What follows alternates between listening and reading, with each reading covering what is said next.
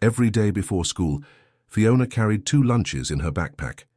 One was for herself, a peanut butter sandwich and a bruised apple.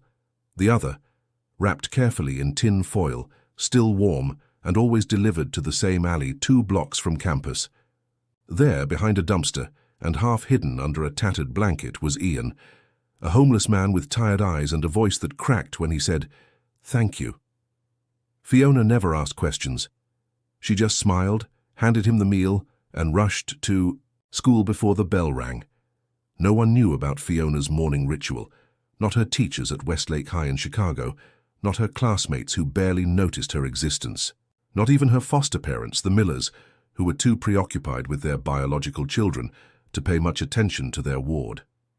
Fiona moved through life like a ghost, her slender frame and dark brown hair unremarkable in the crowded school hallways. She kept to herself, did just enough schoolwork to avoid attention, and spent most of her time in the back corner of the computer lab where no one bothered her. But behind Fiona's quiet exterior was a mind that never stopped working. While other teenagers worried about social media likes and weekend plans, she observed the world with unusual clarity. She noticed patterns others missed, in people, in systems, in the margins where most refused to look. And she noticed Ian, huddled in that alley, ignored by everyone passing by. She saw how his hands trembled, how his weathered face had once held dignity, how his eyes still sparked with intelligence despite his circumstances. The routine had started 3 months ago, when winter first gripped Chicago.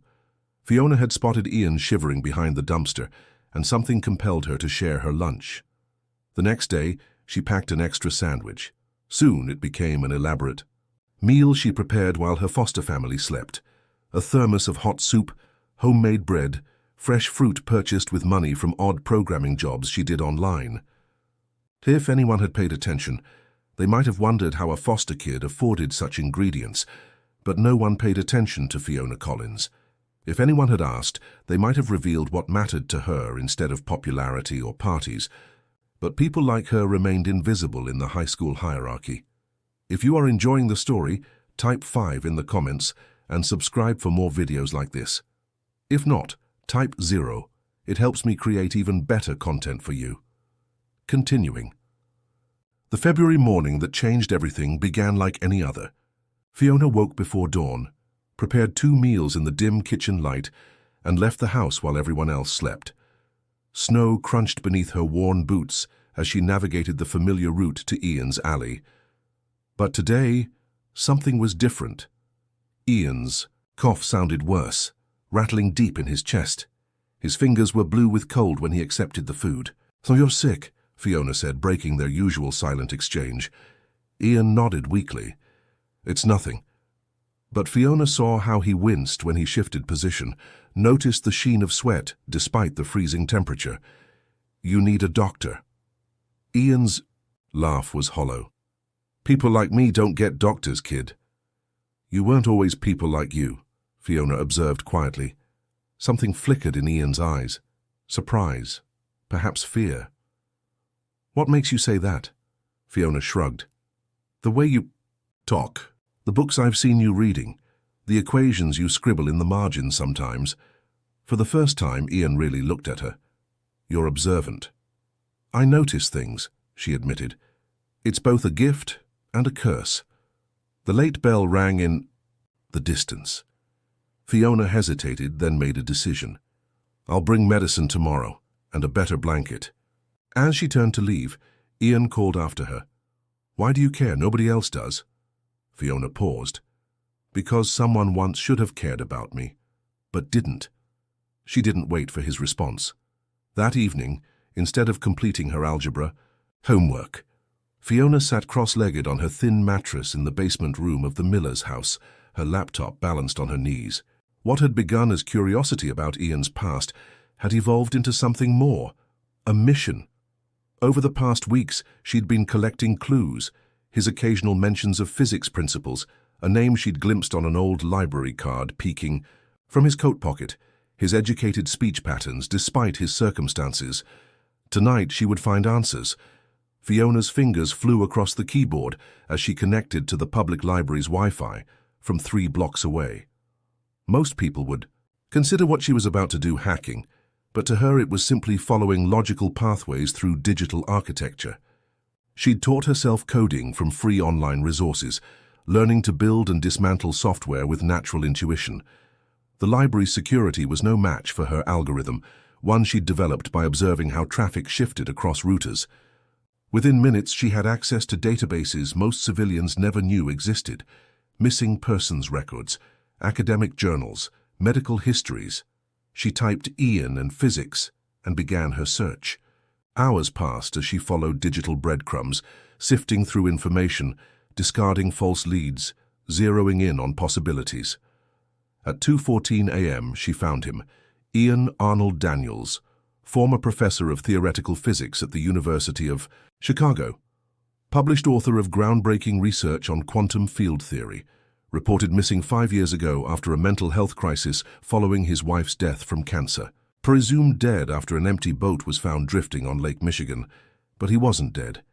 He was sleeping behind a dumpster 2 blocks from Westlake High. What would compel a brilliant physicist to abandon his life? What happened in those missing years? As dawn approached, Fiona made a decision that would alter multiple lives, including her own. She carefully gathered the evidence, photos, documents, medical records, and composed an email. She created an anonymous account and attached a video she'd secretly recorded of Ian thanking her for breakfast.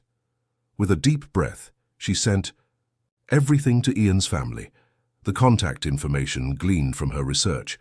Then she closed her laptop and prepared for school, expecting nothing to come of her digital detective work. After all, no one listened to invisible girls like her. Will Ian's family believe the evidence Fiona uncovered, or will her efforts to help him backfire catastrophically? The situation grows more complex with each passing hour. 3 days passed. Fiona continued bringing food to Ian, who seemed both touched and troubled by her concern. She'd brought him medicine as promised, along with a thermal blanket she'd ordered online with the last of her savings. His cough sounded slightly better, but he remained weak. She didn't mention what she'd discovered about his identity, unsure how he would react. On Thursday morning, Fiona was half listening to Ms. Peterson's literature lecture when the classroom door swung open.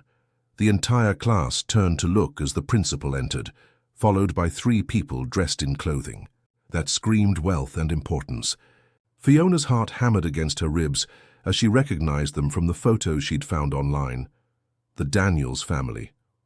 The woman in front, elegant in her 60s with perfectly styled silver hair, scanned the classroom until her gaze landed on Fiona. Without hesitation, she pointed. "Her, we're looking for her." Whispers erupted around the room as students craned their necks to see who had attracted such unusual attention. Ms. Peterson stuttered, "I'm sorry, but you can't just interrupt my class. It's regarding a family." "Emergency," the principal explained, looking uncomfortable. "Fiona, please come with us." On wooden legs, Fiona rose from her desk. Her classmates stared in disbelief. Invisible Fiona Collins, the center of something important. She followed the group to the principal's office, her mind racing through possible scenarios. Had she broken laws with her hacking? Would she be arrested, expelled, sent to another foster home? Once inside the office, the door closed behind them. For a long moment, no one spoke. Then the woman, Ian's sister, Fiona realized, stepped forward, her eyes glistening with tears. "You found my brother," she said simply. 5 years of professional investigators, private detectives, and police searches turned up nothing. But you found him. "Is he really Ian Daniels?" Fiona asked quietly. The woman nodded. "The video you sent, it's definitely him. Thinner, older, but it's Ian." She reached for Fiona's hand. "How did you do it? How did you find him when no one else could?" Fiona explained about the lunches, her observations, her search. She carefully omitted the details about her hacking methods, saying only that she'd researched extensively online. The 2 men, Ian's nephews, she learned, listened with expressions of amazement. "You did all this because you noticed—" A homeless man seemed educated, one asked. "I noticed he was human," Fiona corrected quietly. "The rest was just following clues." "Well, those clues led to a miracle," Ian's sister said. "We thought he died in that lake. We held a memorial service. We grieved for years," her voice broke. "And now we have a chance to bring him home, to get him the help he needs." Will he be okay?" Fiona asked. "He's suffering from untreated bipolar disorder, compounded by grief," the older nephew explained. "He had a psychotic break after my aunt died. The doctors say with proper medication and therapy he can recover substantially, but we wouldn't have this chance without you," the sister added. "Who exactly are you, Fiona Collins? Your email didn't explain who you are or why you were helping my brother." Fiona hesitated. "I'm nobody special, just someone who noticed." "Have you ever encountered someone who completely changed your life with a small act of kindness? Share your experience in the comments below."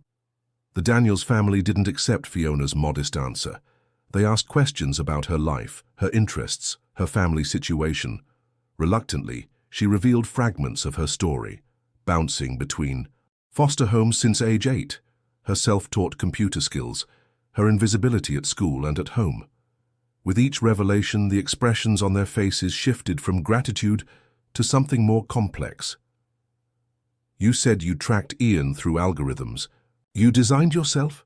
the younger nephew asked. As a software engineer at a major tech company, he recognized the significance of what Fiona was describing. "It's just pattern recognition," she shrugged. "I notice how systems work and find the paths of least resistance." The family exchanged glances. "That's essentially what Ian did in physics," the older nephew said. "He saw patterns in quantum behavior that others missed." By the end of that meeting, something had shifted. The Daniels family invited Fiona to visit Ian in the hospital, where he'd been admitted for treatment of pneumonia and malnutrition. To her surprise, they arranged everything with her foster parents and the school, a feat that impressed Fiona almost as much as their wealth. The Millers, suddenly attentive when important people showed interest in their foster daughter, readily agreed to the visits. Ian's hospital room was private, with a view of Lake Michigan. When Fiona entered, he was sitting up in bed, already looking cleaner and more like the professor in the photos she'd found. Recognition dawned in his eyes. "My breakfast angel," he said, his voice stronger than she'd ever heard it. "They told me what you did." Fiona stood awkwardly by the door. "Are you angry?" "Angry?" Ian laughed softly. "You saved my life twice, once with food, once with family. How could I be angry? I invaded your privacy. I assumed you needed to be fixed." Ian gestured for her to sit beside the bed. "What I needed was someone to see me, really see me. Not the homeless man, not the missing professor, but the human being. You did that before you knew who I was." Over the next 2 weeks, Fiona visited Ian daily. Sometimes his family was there, sometimes they spoke alone. He told her about his brilliant career, his breakdown after his wife's death, his descent into untreated mental illness and homelessness. She told him about foster care, about teaching herself programming, about moving through life unnoticed. Two invisible people suddenly seen by each other. Meanwhile, word had spread. A local newspaper picked up the story. "Teens' acts of kindness reunites lost genius with family." Other outlets followed. By the 3rd week, national media was calling it the breakfast miracle. How a high school student's compassion uncovered the identity of a missing physics luminary. Reporters tried to interview Fiona, but she declined, uncomfortable with the attention. What happens when a girl who spent her life in the shadows is suddenly thrust into the spotlight? The Daniels family has plans that will transform Fiona's future in ways she never imagined. The true turning point came a month after that first meeting in the principal's office. Westlake High called a special assembly, mandatory for all students and faculty. Rumors swirled about the purpose. Budget cuts, a celebrity visitor, a tragedy. No one guessed the truth. Fiona slipped into the back row of the auditorium, hoping to remain unnoticed as always. The principal took the stage, followed by the Daniels family. And then, walking slowly but steadily, came Ian. Clean-shaven, dressed in a tailored suit, his intelligent eyes clear and focused. A murmur rippled through the crowd as students recognized him from news coverage. The principal spoke briefly about community heroes and the power of compassion, then handed the microphone to Ian. He scanned the audience until he found Fiona, then spoke directly to her. "I've lectured at MIT and Cambridge. I've addressed Nobel committees and international symposiums, but I've never given a more important speech than this one." His voice was strong, confident, the voice of a professor accustomed to commanding attention. "I want to talk about a kind of intelligence that transcends academics, the intelligence of the heart." He described how Fiona had seen him when others looked away, how her seemingly small acts of kindness harbored tremendous power. Then he shifted, surprising everyone. "But kindness wasn't Fiona's only gift to me. What she did to find my identity required extraordinary intelligence. The algorithm she created to access secure databases, I've reviewed it, it's revolutionary. It reflects a mind of rare brilliance." Whispers spread through the auditorium. Students turned to look at quiet Fiona Collins with new eyes. "I taught at the University of Chicago for 20 years, Ian continued. "I mentored Rhodes Scholars and future Nobel laureates, but I've never encountered a mind like Fiona's, raw, untrained, but possessing a natural genius for seeing patterns most of us miss." Ian's sister stepped forward then, taking the microphone. "Which is why our family would like to make an announcement." She smiled directly at Fiona. "We've established a full scholarship for Fiona to the university of her choice. Additionally, we're creating a foundation in her name to support foster children with exceptional abilities who lack resources and recognition." Applause thundered through the auditorium. Teachers wiped away tears.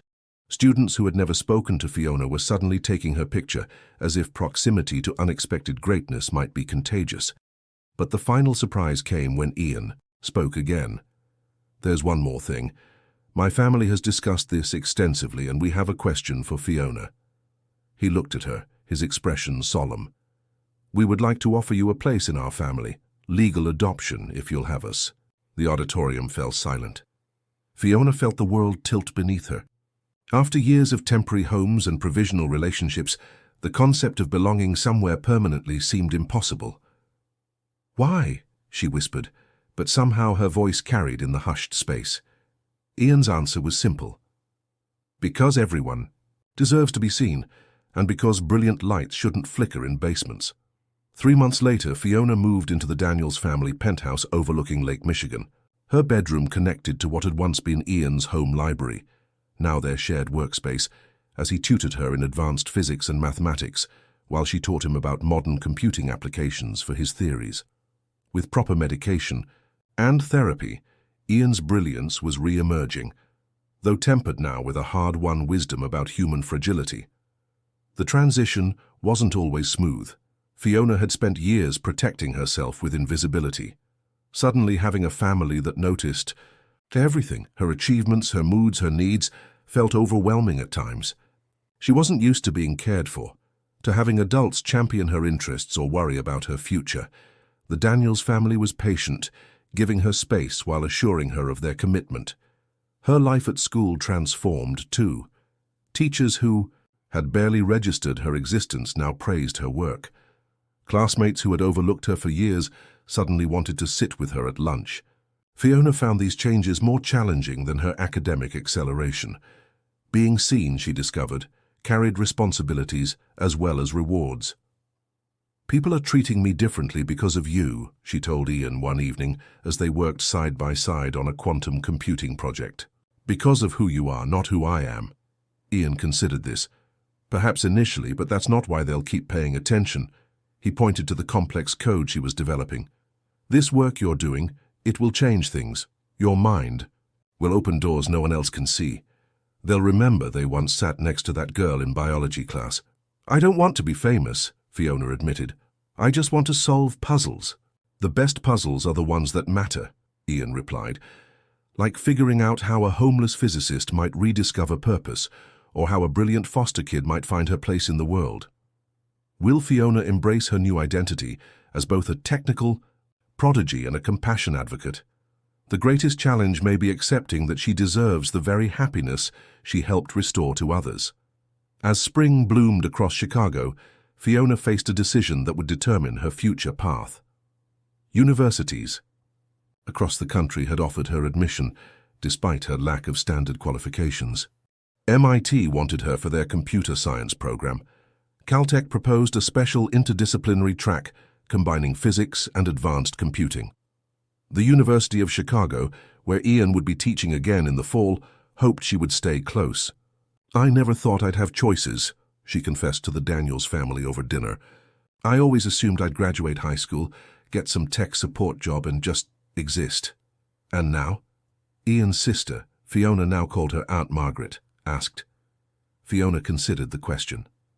"Now I feel responsible. Like I need to do something." "Important with all these opportunities," Ian nodded. "That weight of potential, I remember it well. But remember, Fiona, what made you extraordinary wasn't your intelligence alone. It was seeing value in someone society had discarded." That night, unable to sleep, Fiona stood at her bedroom window overlooking the city lights. Somewhere below were other invisible people, brilliant minds in foster care, homeless geniuses, quiet observers solving problems no one had thought to address. People like she had been, people like Ian had become. By morning, she had made her decision. She would attend the University of Chicago, staying close to her new family while she adjusted to this transformed life. But her academic focus surprised everyone.